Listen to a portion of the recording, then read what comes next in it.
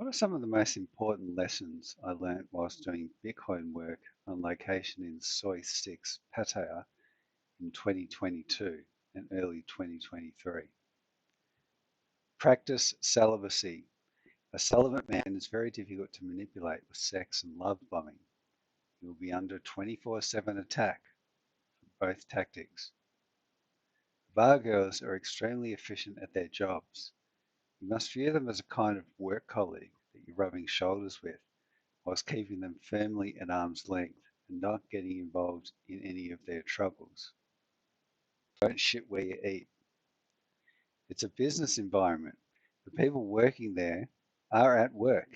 Never forget this.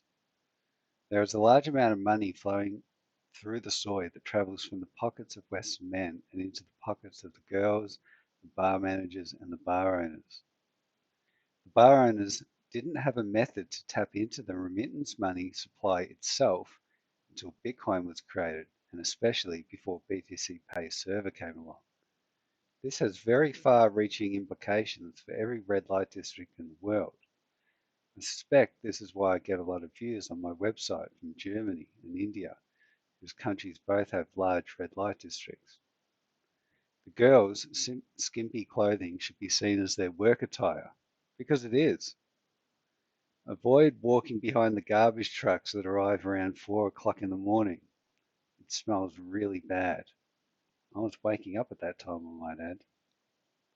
Wear clothing with your business branding on it so that people know you're working there.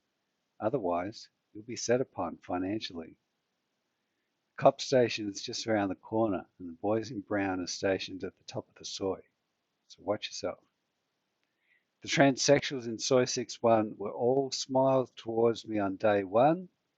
Day 2, their smiles turned to suspicion. Day 3 to indifference, and by day 4, their smiles completely disappeared and were replaced by looks of complete scorn and indifference.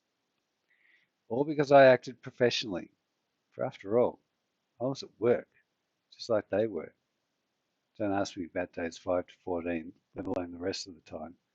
Their attitudes towards me got a lot worse. Quote unquote concerned citizens abound, and you have to be very careful of them. Queen Vic Hotel has excellent lowbrow cartoons on the toilet doors. The rooms at the Queen Vic Hotel are perfect for a pop-up office. You need only peer outside your window whilst working to observe all the ridiculous shenanigans and carry on. Being a middleman is the way to go when it comes to Bitcoin, and a middleman is what's required in that location. If you view everyone around you as out to try to extract money from you, you'll be right, almost 100% of the time. Sometimes serious criminals, undesirables, and unsavory characters from other Western countries will stop and ask you what you're doing. Treat them professionally and with respect. Respect and thinking and responding quickly and appropriately is very important if and when organized crime comes a knocking, which they will. Bitcoin is an open public ledger and it's not a good fit for organized crime, so you've got the perfect way out of the conversation when they come knocking. Temptation is all around you, everywhere, 24/7. It takes great strength not to give in.